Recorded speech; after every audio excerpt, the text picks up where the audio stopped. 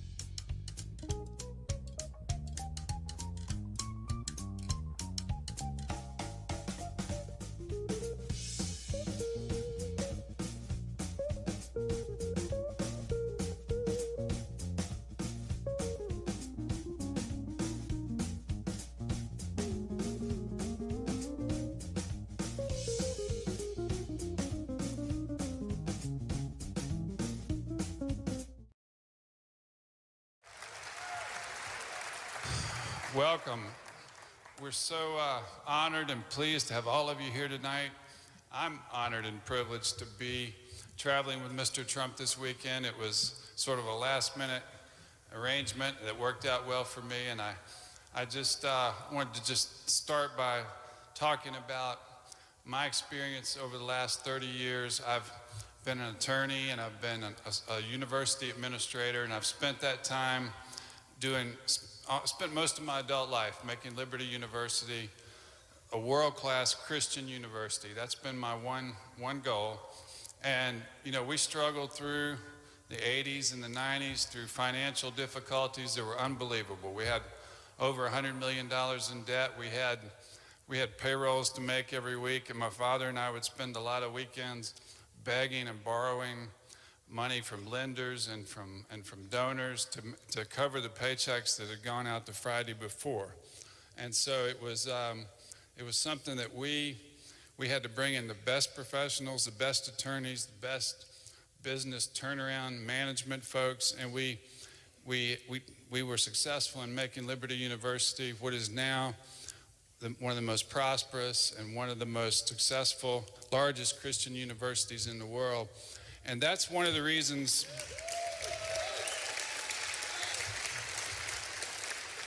but it was not without a lot of heartache, but that was one of the reasons that I chose to endorse Donald Trump, because I see our country at a point where Liberty University was in 1992, just barely surviving.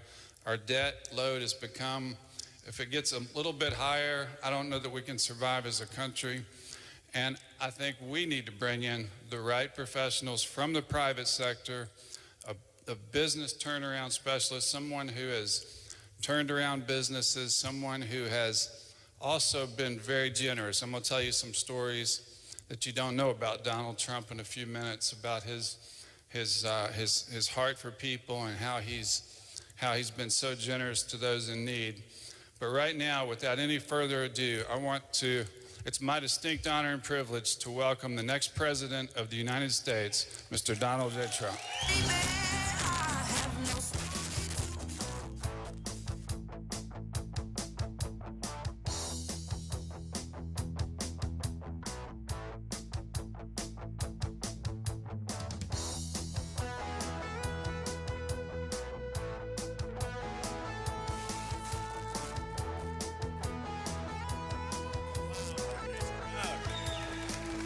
Oh, it's a great place. Thank you very much, everybody. Thank you very much, Jerry.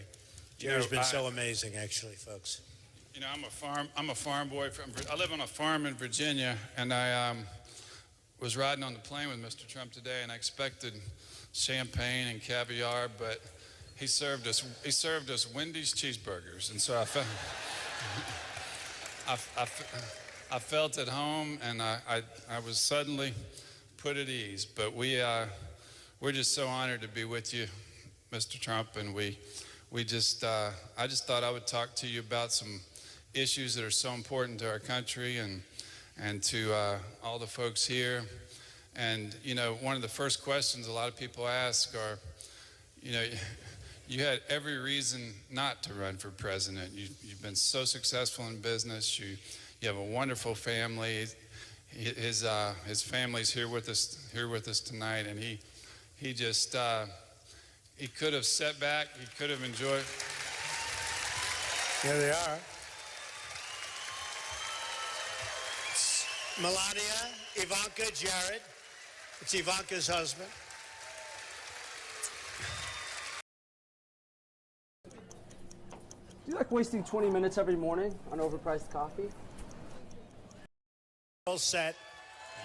And I said, Ivanka, please, please have the baby in Iowa. It would guarantee victory. Thank you very much. That's very nice. Thank you. I brought my whole family too. If you guys would stand, Becky and Trey and Wesley, right here.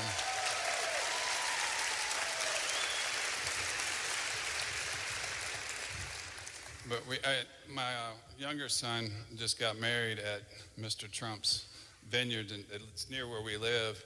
And my wife pointed out to a crowd earlier today that we paid full market rate to use that venue, not one penny discount, even though he offered it. So. Actually, when he said we insist on doing that, I doubled up the prices. I figured, what the hell? But it was worth every penny. It was a beautiful venue, and I'm so glad my family was able to join us. But what motivated you to run for president when you could have just sat back and enjoyed your business successes and your family and you know for a national politician, it's such a vicious atmosphere now. It's the scrutiny and the lies. I heard several lies told about you today by some of the other candidates. Oh, these people are the worst. I thought real estate people in New York were bad. These politicians are the worst liars. Wow. They are terrible. These are terrible. One of them. They'll say anything. It's like incredible. Actually, we saw one. We were both amazed at it. It says voter violation. We just said, did you see this today? The Cruz campaign. Voter violation. And it's like an official document being sent to people in Iowa that they have to get out and vote because they're in violation. And then they have grades for different things. And it says F. And it's so, I mean, it's terrible. I've never seen anything like it. And I guess your attorney general's investigating it, and it just came out. But I said, that is really terrible. It's a fraud as far as I'm concerned. But you're in a rough business over here, I'll tell you what. And one thing I said before, Jerry, you haven't had a winner in Iowa in 16 years. We're going to have a winner, you better believe it. You're going to have a winner this time. You're going to have a winner. We're going to change that. That's a bad spell. 16, that's a lot of years. Well, one of the candidates said you voted for Obama both times, and I heard you tell Bill O'Reilly the other night that you voted for McCain and Romney. And I was on the committee. Yeah, and you helped them raise money, and so it's just they'll stop at nothing. And it was anyway. But one of them actually did. They said I was pushing Obama in 2008. I was on McCain's committee. I liked McCain. He was a nice guy. He tried. It was a tough deal for him. I mean, that was an election that was tough to win because of what happened a couple of months previous with the economy. But, you know, the last election we should have won. That was the Romney election. I mean, sad. I'm not blaming anybody. I'm just saying sad that we didn't win it. And one thing I will say, Obama, and you have to give him credit, he was on television every night. He was on David Letterman, Jay Leno. And Mitt was not around very much. And I'd call their campaign and say, why is he not going on television? He's got to go on television. And he ended up losing. That was an election that we should have won. That should have been a victory. He had a failed president, and that was an election that should have been won. Well, by the time Obama leaves office, Iran will have $150 billion of money that they don't have now. They're the leading state sponsor of terrorism in the world. And tell us what you'll do about that. Well, I use that deal all the time. A lot of you have heard some of my speeches, and see all the press we have back there. Look at these people; they just never stop. But a lot of you have heard the different speeches that I've made, and a lot of times I'll use that whole Iran deal as an example of gross incompetence and horrible deal making, where we get nothing. We're giving $150 billion. They're a terrorist state. And I don't know, I mean, even beyond that, did you hear last week where Kerry said, no, we would expect some money to be spent on terror? And I'm saying, did he really just say that? And I figured they'd issue some kind of a statement saying he didn't say it, even though that's what he said. And he actually made that statement. Now they're going around, though, and they're taking the money, they're spending it all over Europe, all over the world. They're spending it everywhere but our country. They just ordered 118 Airbus planes, which is obviously not made by Boeing. Instead of ordering Boeing jetliners, they ordered from Airbus, which is European manufactured. They're buying in Italy. They're buying everywhere but us. They're buying missiles in Russia. I didn't know they were allowed to buy missiles, but they're buying missiles in Russia. They shouldn't be allowed to buy missiles. And they're spending their money all over, except for one place, the United States. That is the most incompetent deal I think I've ever seen in my life of any kind. Horrible. Well, you know,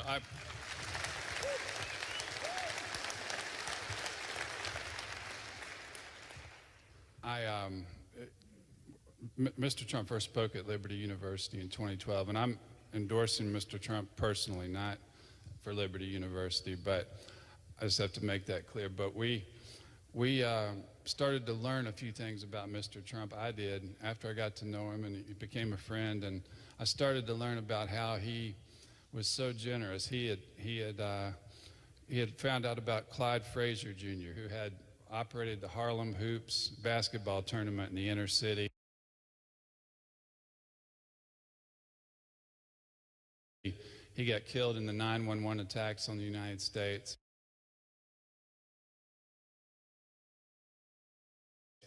Mr. Trump tracked down his father, found him, gave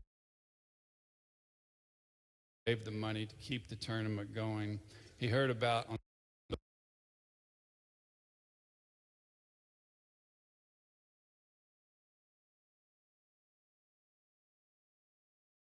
little things like that. You know,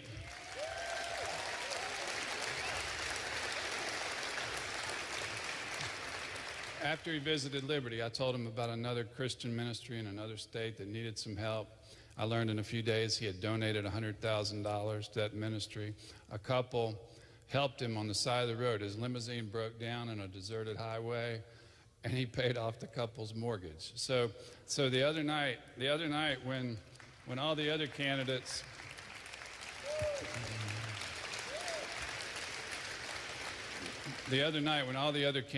were sparring on the stage, he decided to hold an event to raise money for veterans. He raised $6 million for our veterans.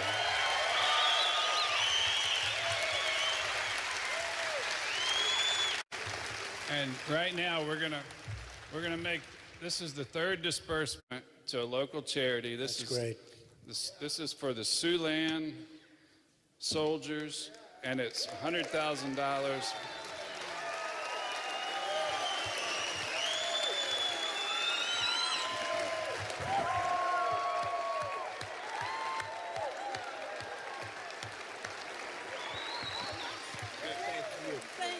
So we had a great evening, and these are incredible people. And because of the largesse, because of the niceness of Carl Icahn, who's one of our great businessmen and who will help us with our negotiations with China, believe me, we're going to come out just fine, and many other places, and many other businessmen that are friends of mine. Phil Ruffin gave $1 million from Las Vegas, and Carl gave $500,000.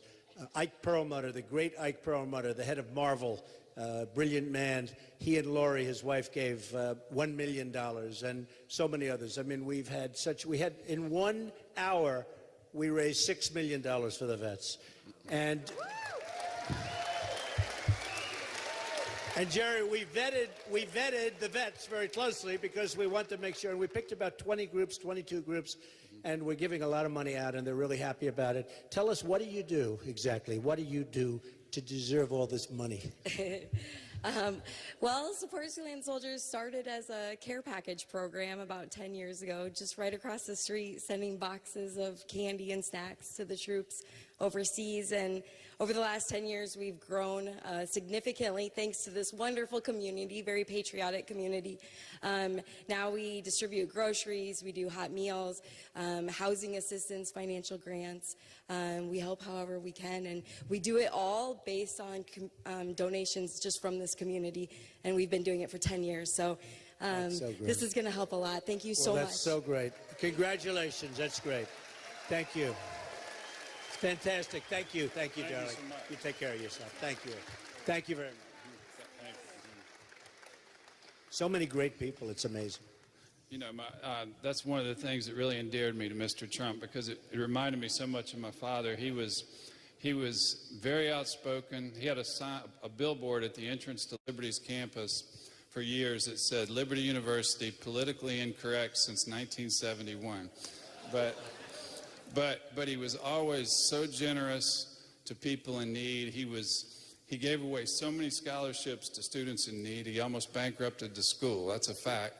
And my mom would never let him have the family checkbook, because if she had, he would have given all the money away to people in need, and we wouldn't have had any money to pay the bills. But that's something that reminded me of my father and Mr. Trump. But that's not why I endorsed him. I endorsed him because I sincerely believe, you know, my father was criticized in the late 70s, early 80s for supporting a Hollywood actor who had been divorced and remarried, over a Southern Baptist Sunday school teacher. Of course, the actor was Ronald Reagan. The Sunday school teacher was Jimmy Carter. But he said, Jesus said, render unto Caesar the things that are Caesar's. And he believed that meant we're to be good citizens. And rendering unto Caesar means choosing the leader who would make the best president of the United States, not the best Sunday school teacher, not the best pastor. It's just like when you have a sick child, you want to find the most qualified doctor to treat that child, not necessarily one that shares your faith. And he believed that. He pounded that into me from an early age. And that's why I'm supporting Donald Trump. Because I believe with our country's debt where it is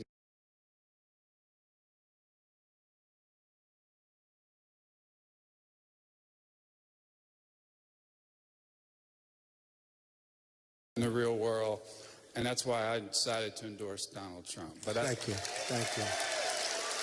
Thank you, Jerry. So nice. But you know, So nice. Thank you, Jerry. You know, under Obama's leadership, we're going to add $10 trillion to our debt, more than all the other presidents in history combined. And you're going to inherit that mess. What will be your course of action to turn it around? Well, number one, we have to stop the fraud, waste, and abuse. It's massive throughout our country. It's massive, and everybody's, into that, and we're going to do that. But we're going to bring back our jobs. If you look at what China's done to us, what Japan, I've been talking about this for years, but the politicians, they're all talk, they're no action, they have no clue how to do it. But if you look at China, Japan, Mexico, I have great relationships with Mexico, with the people of Mexico. I have thousands of Hispanic employees. In fact, Ivanka was just telling me today in the New York Post, there's this great article about me and the Hispanics, where I guess it's from the Hispanics living here legally.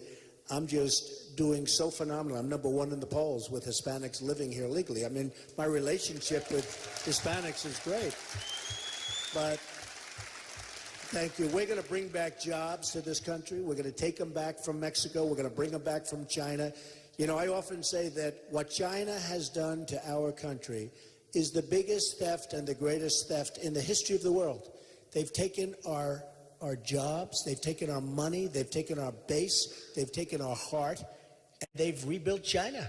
We have the power over them. We have a leader that has no idea, if you call him a leader, he has no idea, has absolutely no idea what to do about this or how to negotiate. And every time the top people come over from China, they're getting these big, beautiful, they put a tent on the White House. We don't have a ballroom at the White House. I offered, by the way, Jerry, years ago to build a ballroom at the White House, free of charge, $100 million ballroom. I said, we'll get the top 5 architects in America. We'll get the top people, top everything. We'll have the best ballroom, because I noticed they always put tents up on the lawn. Number one, it's not a good security thing. Number two, the guy that owns the tents is making a fortune, okay? This poor guy, he's making so much money. All he needs is one tent, and he charges them so much, he's making a fortune. All right. But I said, I will build a ballroom. I gave it to the Obama. I actually told David Axelrod, a good guy, very capable guy. I told David Axelrod, David, I will build a ballroom free of charge, at least $100 million. We'll make it the finest ballroom in the world. We'll put it someplace so it works contextually, magnificently. It'll be done. We'll have committees set up. I never heard back. It's, it's just one of just thousands of things. If someone's going to give me a free ballroom, I'm going to take it. We'll put it in an area that'll look great. But, we don't have a ballroom at the White House. But I see the heads of China come in, and we treat them so beautifully. And yet, this year, we will have a trade deficit with China of $500 billion. What kind of business is this? And this has been, by the way, going on for many, many years. And Japan, same thing, smaller numbers, but the same thing. They send the cars in by the millions, and we have tremendous deficits. And Mexico, when I say we're building a wall, we're going to build a wall, believe me. And who's going to pay? Who's going to pay? Mexico. Mexico, Jerry, is going to pay. And the politicians come off the stage with me, and they say, I don't understand. How can you say Mexico? Mexico's not going to pay for the wall. I said, of course they are. They said, how? And I don't want to really tell them, because it's going to take them a while to figure it out. But very simply, Mexico is making a fortune on the United States, okay? A fortune. Far greater than what we're talking about. And the cost of the wall is peanuts by comparison to what they're making. It will be, trust me, very, very easy. Very easy.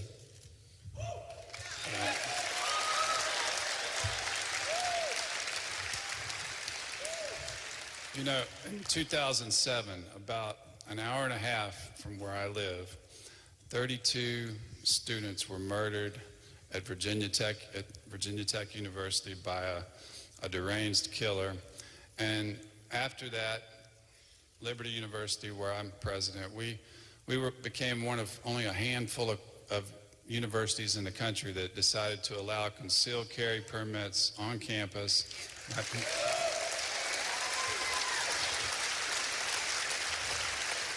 Because it haunted me to think what could have happened if just one or two in that room had their permit, had been able to protect themselves.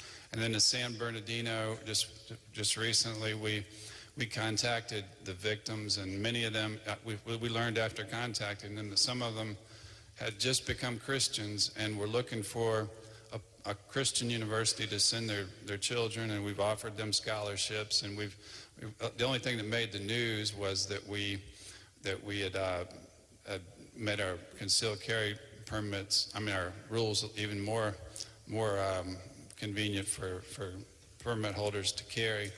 But what we were trying to do is help the ones that were hurt. And you've talked a lot about what needs to be done as far as Second Amendment rights. It seems like since 1950, of all the mass shootings in the United States, only one has been outside of a gun-free zone, or in a zone where guns were allowed.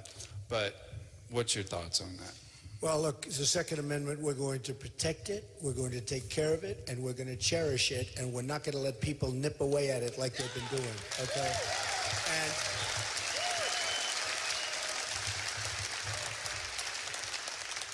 And if you look at what happened as an example in Paris, Paris is the most difficult place, they say, in the world. Who knows? But it's certainly very difficult. And France, generally, you can't have a gun. It's impossible, practically, except for the bad guys. The bad guys can have a gun because they just have a gun. Now, if we had in California the 14 people that were killed, or as an example in Paris where they killed 130 people, with many more to follow. You know, many people that are gravely, really in bad shape, lying in hospitals right now. At a minimum, their lives are destroyed and they're going to have a rough life. But these guys walked in, boom, boom, boom, boom. They could have stayed there all day and done the same thing. And they killed 130 people, so many badly injured. In California, where the wedding was actually in a form thrown. They were giving parties. They know each other. They knew everything about it. I guess they gave a baby party. And it's the most incredible thing. Walk in, they shot 14 people. Would have killed more. If we had somebody like that gentleman with the beautiful white Make America Great Again hat on, or the red Make America Great hat on, or anybody, anybody, if we had some people, meaning if there were people in Paris, or if there were people in California, or if there were people, the 5 soldiers that were killed 9 months ago, in a gun-free zone on a military base, I'd end that immediately, Jerry, with an executive order. You can knock that out immediately. The 5 soldiers, 2 of them were world-class marksmen. They were all great soldiers. They were told they couldn't have their guns, gun-free zone, put the guns 200 yards away, lock them up, they can't be there. This whack job walks in, shoots all 5 of them. If they had their guns, it would have been a different story. If there were guns in Paris on the other side, just a few, maybe on the ankle or on the waist where you lift up and you start shooting bullets.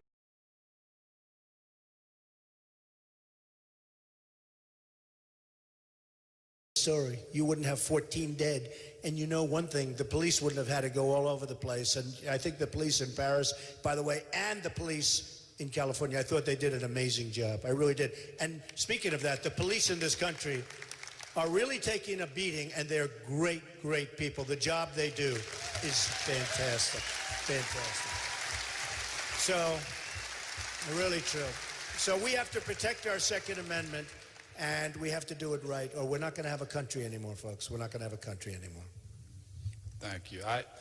I hear what I think are phony reports on unemployment all the time, 5%, 6%, whatever. But I think if you counted all of the people who have given up, who are not looking for jobs anymore, some people say the number could be as high as 20, 22%. And I just don't know how we can continue to thrive as a nation, or even start to thrive again, with that many people out of work. I mean, tell us what your plan is. Well, the job numbers that come back are total nonsense. You know, these numbers were made a number of years ago, and the way they compiled the numbers, so that politicians look good. That's all it is. Because if you're looking for a job and you give up, statistically you are considered employed. So you have millions and millions of people that have looked and looked and looked, and they gave up. There is no job. And if you looked at the numbers that came out 2 weeks ago, they said that the numbers are 5.1 and 5.2%, which is total nonsense. I actually think it could be as high as 32, 35%. A lot of people think it's 35%, the real number. But if you look at the jobs that they do have, they're bad jobs. They're considered really bad jobs. Somebody got on one of the shows, and I read in great depth and detail an account. These are among the worst jobs that we've ever been talking about, and yet they're considered jobs.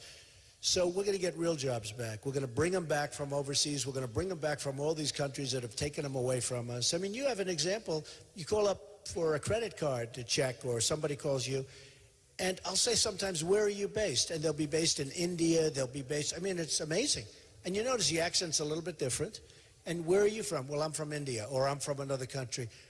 We're doing everything. We don't have jobs. If you look at what's really going on with our country, we're going to be in such trouble. We're going to bring our jobs back from overseas. We have incredible people. One thing I've learned more than anything else, they said, what have you learned? You know, we have a movement going on, folks. Every room is like this. They're packed. No matter where we go, they're packed. The cover of Time magazine last week, we had the most unbelievable writer. I never spoke to him. It was one of the best stories I ever had. And I said to my wife, I said, Melania, I'm never going to speak to a reporter again. I got the best story, and I never spoke to him. I don't waste my time. Because, you know, there's tremendous dishonesty with these people. They're the most dishonest among. They're a little more honest than the politicians, but, you know, maybe that's why they're so dishonest, because the other one, look who they're dealing with. And I'm not a politician. Remember, I'm a businessman. We're a businessman. We're a businessman. But the cover of Time magazine is so amazing because it talks about the movement. And it's actually a picture of me talking to a crowd. It's actually a picture of the back of my head. I was very impressed. Fairly okay back there with the, you know, not much of a bald spot, which is okay. But it's a picture of me standing talking to a very large crowd of people, which is standard. And it talks about a movement. And it literally didn't have a bad half sentence in there. They said there's never been anything like this. There's never been anything like what's happening. And this is why, and I'll just interrupt Jerry for 1 second, it's so important. You know, we're leading now in the polls in Iowa, so we're leading in everything. A poll just came down. And the folks from Bloomberg are here, in all fairness, and even the Des Moines Register. Can you imagine? They couldn't have been happy with Trump leading their poll. They were not happy, I guess. But John and you know, the group is here, and I mean, look, you do have some. Mark and John and their wives and families are here. You have some great people. You have some great people in this country. Some great, great people in this country. And I was going to say that what I've learned more than anything else in doing this is how incredible, smart, committed the people of the United States are. It's incredible. They want to see America be great again. It's very simple. They want to see our country be great again. But I really wish you'd go see this, because that story was so inspiring to read. And it's not a story really about me. It's a story about you. It's a story about people that are fed up. They're sick and tired. You can call it angry at the debate before the one I skipped. And the reason I skipped it, by the way, was because I was not treated properly by Fox. And they've been very nice since, and they were even very nice before. They wanted me to go in the debate. And they didn't do well in the debate. They would have done very well had I gone. We would have broken every record in the book. But I couldn't. But you know what? I'm glad, in many respects, I didn't do it. What happened, a poll just came out in New Hampshire, just 2 minutes before we came on. And in that poll, I have a 25-point lead. Do you know what a 25-point lead is? And People respect the fact that I skipped the debate because I wasn't treated right. And we have to do that. I wasn't treated properly. And we have to think about that with our country. When our country isn't treated right, our leaders have to do what's right for the people. I mean, we get beat up by everybody. We get beat up by everybody. There's nothing. We don't have victories anymore. We don't win anymore. I mean, when was the last time we had a victory? We don't win on trade. We can't beat ISIS. Can you imagine General George Patton or General MacArthur, Douglas MacArthur, saying, ISIS is tough? I've seen these generals. They're always interviewed on television, Jerry. They're on television. I don't want my generals on television. First of all, you want to be unpredictable. You want to be like, you don't want them to think, what are you talking on television? Unless you're feeding false information. And of course, we would never do that because we're not, I mean, the whole thing is ridiculous. But we have to be strong, we have to be smart, and we have to win this election. And we have to win in Iowa. You know, a lot of people say, Donald, just say do well in Iowa. I say, I can't do that. I really want to win. Now, maybe it won't work that way. But if we do, we're going to run the table, folks, and we're going to make this country so great. You're going to have victories all over the place. You're going to have victories all over. So tomorrow, it's DonaldJTrump.com, and you just go out. It's going to tell you exactly where to go to caucus, but you got to get out. And I joke. I say, if you're sick, if you've got 104 temperature, right? I've been doing this. If your doctor says you cannot leave your bed, you won't make it. It doesn't matter. Get up and caucus. Get up and caucus. So you got to get there. And it looks like the snowstorm will start the following day, so hopefully that won't be an excuse. But even if it starts a little early, who the hell cares? Go through the storm. Because what we want to do, Jerry, we want to win a mandate. We want to win by mandate. We want to have such strength. And going into New Hampshire with a 25-point lead, but if we can come out of Iowa with a nice victory, it's so important. It's so important. And it's going to be so important for Iowa because you're going to have a great victory, and we're going to go all the way. You know, recent polls are showing I beat Hillary Clinton. And if she runs, I mean, is she going to be able to run? Jerry, I mean, if she runs. But it shows that we beat Hillary Clinton and beat her fairly soundly in a couple. I just say this. We're going to win. We're going to take back our country. We are going to make you so proud. You're going to remember this night. We're going to make you so proud of your president, but you're going to be so proud of yourselves. You're going to be proud of your country again. Okay?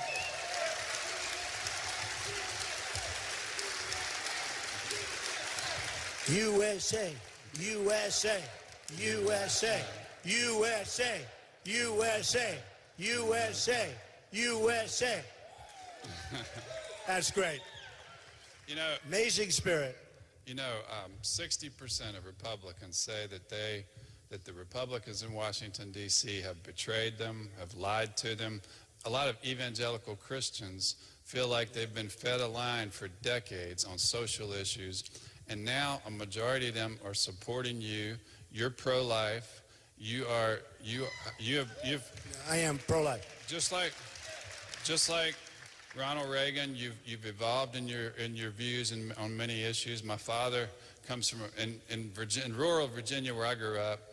You could put 50 years ago, you could have put all the Republicans in that whole area in a phone booth, and including my family. But my father was the first one to move over to Reagan. And do you agree with that? Do you think that it's because they've been betrayed that they're looking for somebody who might not say exactly what the consultants have told the politicians to say, only to be betrayed when they get into the White House? But you might not say everything exactly like your handlers would like you to say it.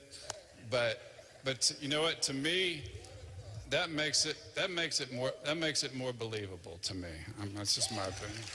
Well, see, Jerry says you were betrayed. I would say you were lied to by the politicians. You were really lied to because, and I see it whether it's in Iowa or anywhere else, New Hampshire, same thing. I get the same complaints up there.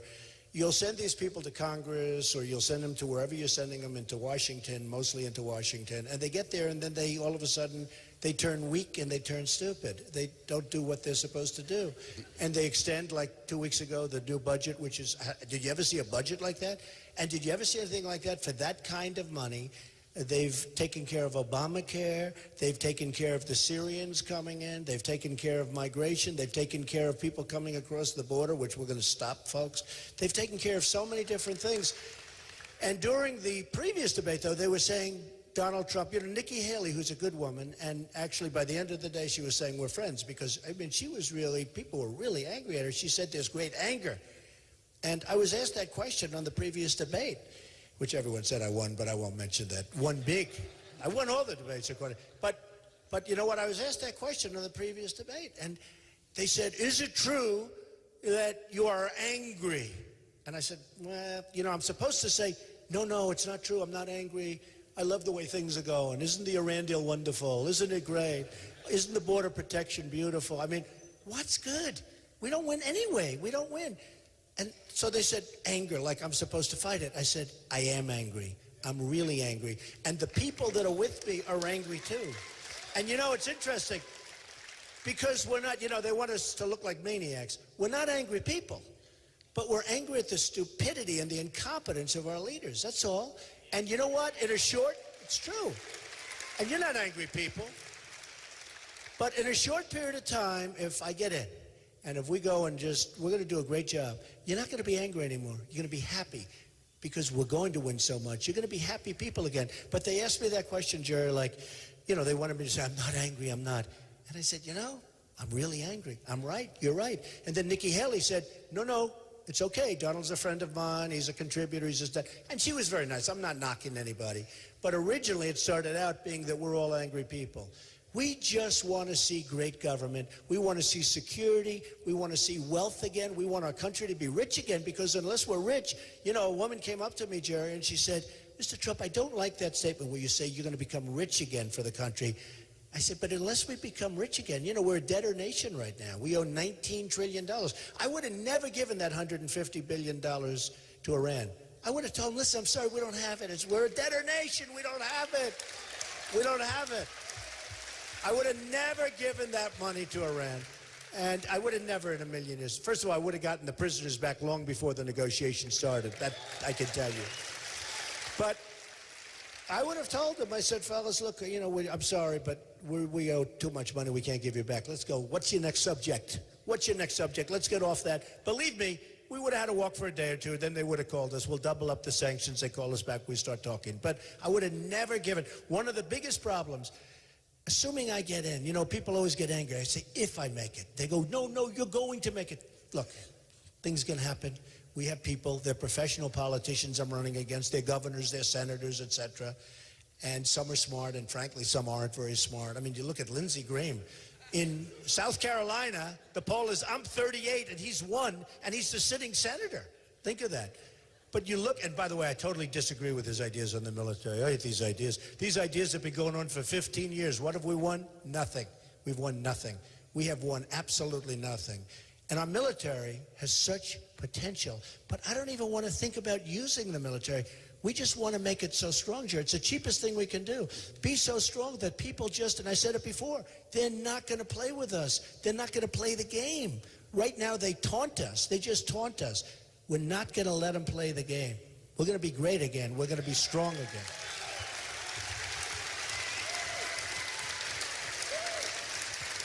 You know, I've never gotten involved in national politics before. This weekend's the first time I've ever done something like this. But the reason I decided to step outside my comfort zone and try to help Mr. Trump is because I think our nation is at a crossroads. I think not only is the debt about to spiral out of control, but the next president is likely to have 4 Supreme Court appointments.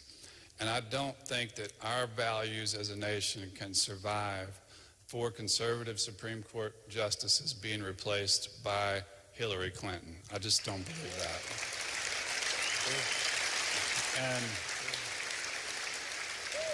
And I've never, since Ronald Reagan, have seen anybody pull voters from the Democratic Party. I've never, from other demographic groups that don't usually vote Republican, from every walk of life, and many who've never voted before. The last time that happened was with Ronald Reagan.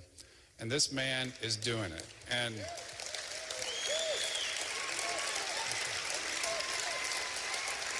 So at this crucial point in our history, with so much is at stake, our security, our economies at stake, our Supreme Court's at stake, we've got to choose a candidate on the Republican side who's electable, and he's the only one that's electable, in my opinion. Thank you, Jerry. Just in finishing, I just wanted to add just a couple of little things, because I believe that I will win states that the Republicans never even put down as a possibility. I mean, we're going to win Virginia. We're going to win Michigan. Hey, I'm going to bring the car industry back into Michigan. You know, when Mexico takes the big Ford plant, $2.5 billion plant, that's not good for us, folks, okay? There's nothing good about it. And we're going to win Michigan. They've already seen, I've seen polls that are through the roof in Michigan. Somebody called me, they said, you know, you're winning Michigan. We're talking in general. And Ohio, we're going to win Ohio. And I like John Kasich very much, but I'm beating him by a lot in the polls. I mean, I beat him in Ohio, and he's a good governor, but I'm beating him by a lot. And you go to Florida, I'm at 48%, and Marco Rubio, good guy, but he's at 11, and Jeb Bush is, he's down.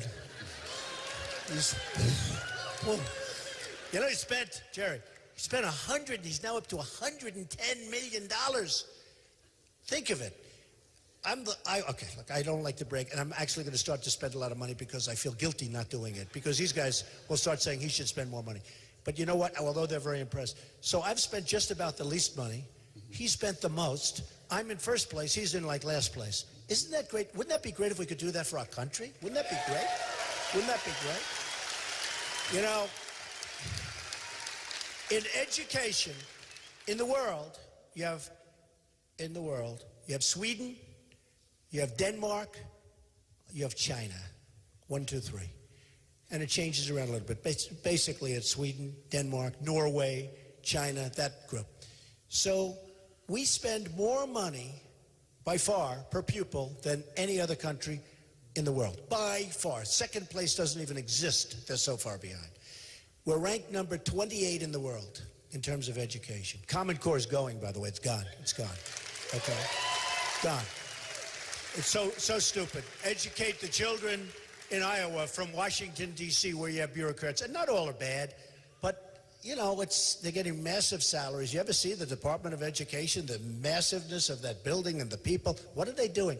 Local education is the way to go, and it's obviously not working because we're ranked number 28. We have third world countries ahead of us. So when you equate it to me spending very little and now, you know, compare that with the Bush and other people that have spent so much money they're not doing well, wouldn't it be nice if we spent in this country on various things, we spend less and we're at the top of the heap the same way?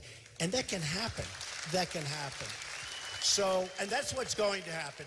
But I just want to tell you, this is a special man. We've traveled today. This is the third one we've done. He doesn't do this. And his wife is amazing. His family is amazing. And Becky was telling me, Jerry was so excited. He doesn't do this. And the job he's done at Liberty University, the job he's done there is incredible. When I went there recently, I was very happy to say I broke the record, but these are minor details. He did. I had to get that out. I'm sorry.